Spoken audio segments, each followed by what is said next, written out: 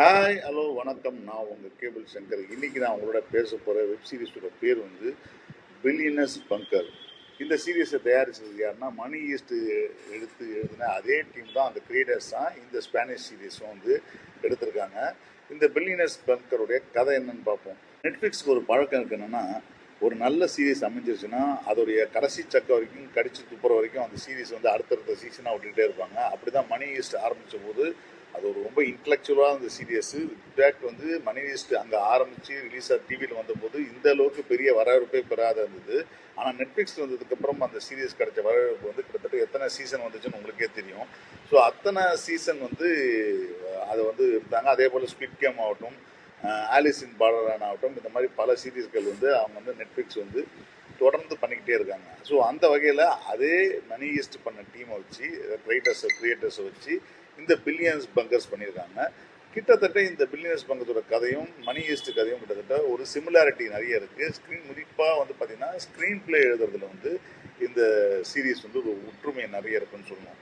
அது என்ன ஒற்றுமைன்னு பார்ப்போம். பில்லியனர்ஸ் பங்கர் இது என்னோட கதை என்னென்னா, உலகம் அழிய போகுது, 3வது உலக போர் வரப்போகுது. அதனால் உங்களுக்கு வந்து இந்த மாதிரி நீங்கள் அந்த மாதிரி ஒரு பிரச்சனை வந்துச்சுன்னா நீங்களாம் மட்டுமே வந்து இங்கே வந்து இந்த பங்கரில் தங்கி நீங்கள் சேஃபாக இருந்துக்கலாம் அப்படின்ற ஒரு விஷயத்தை உருவாக்கி ஒரு பல அடி 1000 அடி கீழே வந்து லேயர்ஸாக போன ஒரு பங்கர் ஒன்று கிரியேட் பண்ணி வச்சுருக்காங்க. அந்த பங்கர்ஸில் உலகத்தில் இருக்கிற பெஸ்ட்டு பெரிய பணக்காரர்கள், கோடீஸ்வரர்கள், பில்லியன் கணக்கில் சொத்து வச்சுருக்காங்க, அவங்க எல்லாரையும் இங்கே கூட்டு வந்து இந்த பங்கரில் கூட்டு வந்து வைக்கிறாங்க.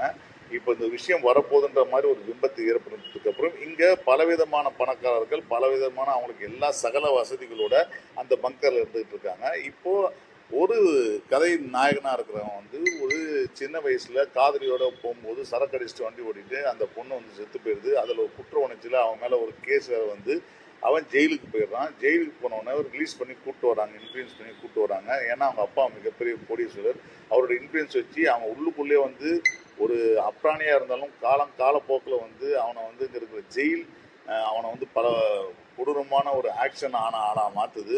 அந்த மாற்றினதுக்கப்புறம் ரக்கடாகி எல்லாரும் அடித்து துவைச்சி இருக்கிற டைமில் வந்து அவன் நன்னடைத்துக்காக விடுதலை செய்ய போகிறான்னும் போது அங்கே எந்த அளவுக்கு இன்ஃப்ளூயன்ஸ் பண்ணி கூப்பிட்டு வந்திருப்பாங்கன்னு பார்க்கலாம்.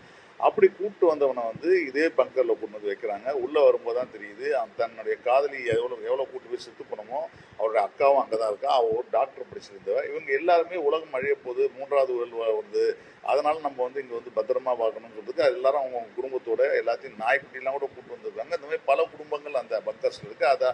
அதை நிர்மாணித்து ஒரு மிகப்பெரிய பேக் எண்டில் ஒரு பெரிய வேலை செஞ்சுட்டு இருக்க ஒரு கும்பல் இருக்குது. அதுக்கு வந்து ஒரு பெண் தலைவியாக இருக்காங்க.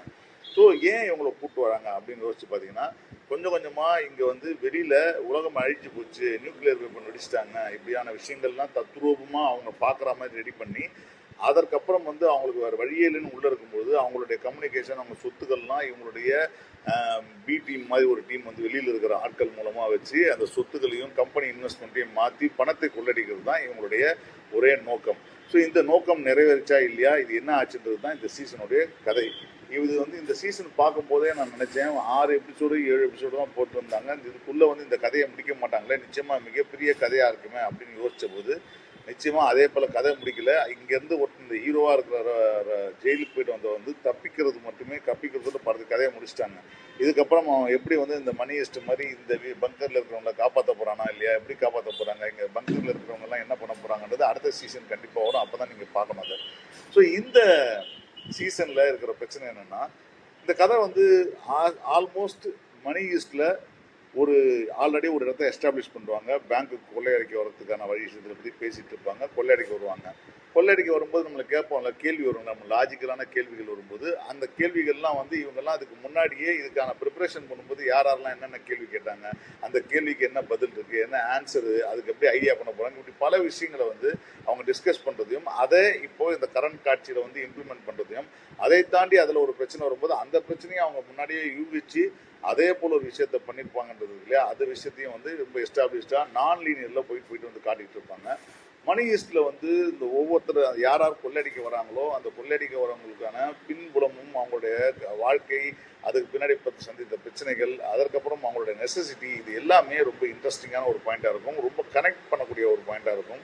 ஸோ ஆனால் இந்த கதையில் இருக்கிற பிரச்சனை என்னன்னா, இங்கே இருக்கிற எல்லாருமே மிகப்பெரிய பணக்காரர்கள். அவங்க வாழ்க்கையே வந்து பணத்தை பற்றியும் அதை பற்றியும் பேசுது. அவங்களுக்குள்ள வந்து ஹியூமனிட்டேரியன் விஷயமும் அன்பு, காதல், பாசம் ஏங்குற விஷயம்லாம் இருந்தாலும் கூட இதற்குள்ள இவங்களுடைய பணக்காரங்க அப்படின்னு சொல்லும் போதே நமக்கு என்ன தோணுதுன்னா, சரி போய் இவனுக்கு என்ன ஊரே அழியும் போது இவங்கெல்லாம் அண்டர் பண்ண இருக்குன்னு ஆசைப்படுறோம்னா அப்படின்னு நாச்சு சாகட்டும் அப்படின்னு சொல்லிட்டு யோசிக்கிற மாதிரி ஒரு விஷயம் வருதே தவிர, அவங்களுடைய பிரச்சனைகள்லாம் பார்த்தீங்கன்னா, இவன் அவரோட போயிட்டான், அவன் இவரோட போயிட்டான், இவன் அவன் காதலிச்சான், அவன் இந்த காதலிச்சான், இது பிரச்சனை, இவங்களுக்குள்ள ரிலேஷன்ஷிப், இப்படியான பிரச்சனைகள் தான் எமோஷனலாக வச்சிருக்காங்களே தவிர நமக்கு கனெக்ட் ஆகக்கூடிய பிரச்சனையாக இருக்குதான்னு கேட்டிங்கன்னா நிச்சயமாக இல்லைன்னு தான் சொல்லுவேன். அந்த ஐடியாவும் அந்த கதையை எக்ஸிக்யூட் பண்ணுற விதமும் அந்த நான் லீனியரில் அந்த கதைகளை கனெக்ட் பண்ணுற விதமும் இதற்கு அந்த ஊரில் ஒரு நிஜமாகவே ஒரு நியூக்ளியர் வார் வந்துருச்சுன்றதை வந்து இவங்க கண் முன்னாடியே அந்த பாம்பு போட்டதெல்லாம் நடக்கக்கூடிய விஷயங்கள் அந்த இதெல்லாம் வந்து இவங்க வந்து ரெடி பண்ண விதமும் அதற்கான ப்ரீ பிளான் பண்ண விதமும் அது சொன்ன விதமும் பார்த்தீங்கன்னா அட்டகாசமாக இருக்குது. டெக்னிக்கலாக இந்த சீரீஸ் வந்து ரொம்ப இன்ட்ரெஸ்டிங்கான சீரீஸாக இருக்குது. நிறைய கேள்விகள் இருக்குது. இது கேள்விகள் வரும்போது அந்த கேள்விக்கான ஆன்சர்லாம் கொடுத்துட்றாங்க. பட் இருந்தாலும் அந்த கேள்விகள் வரும்போது அதுக்கு வாவ் ஃபேக்டர் வருது இல்லையா, அந்த வாவ் ஃபேக்டர் குறைஞ்சி போய்ட்டு தான் இந்த சீரீஸோட மிகப்பெரிய மைனஸு. பட் இந்த சீரீஸ் நீங்கள் வந்து ஒரு இன்ட்ரெஸ்டிங்கான இந்த ப்ரெமிசஸ்க்காக பார்க்கலாம். ஏன்னா இல்லாட்டா நம்ம பழைய பணக்காரர்கள்லாம் எப்படி செத்து போகிறாங்கன்றது ஒரு சின்ன ஆர்வம் இருக்கு இல்லையா, அந்த ஆர்வத்துக்காக கூட பார்க்கலாம். இதோட சீசன் 2 வந்தால் தான் இதோடைய தப்பித்தல் எப்படி ஒரு இன்ட்ரெஸ்டிங்கான ஃபேக்டர் ஆக போகுதில்லை. ஆனால் இப்போ பொறுத்த வரைக்கும் எனக்கு வந்து இந்த போனாலும் வரண்டாலும் இவன் தப்பிச்சான்னா தப்பிக்காட்டான்ற எண்ணம் தான் இருக்கே தவிர இவங்க தப்பிக்கணுன்ற ஆர்வம் எனக்கு வரவே இல்லை. ஸோ அந்த வகையில் இந்த சீரியஸ் வந்து தரமாக பார்க்கறதுக்கு தரமாக இருந்தாலும் இந்த ஐடியா நல்லாமா இருந்தாலும் ஆனால் எனக்கு எமோஷனலாக இந்த சீரியஸ் கனெக்ட் ஆகணுன்றது தான் உண்மை. இது நெட்ஃப்ளிக்ஸில் வந்துருக்கு. பார்த்துட்டு உங்கள் கருத்து சொல்லுங்கள். நன்றி, வணக்கம்.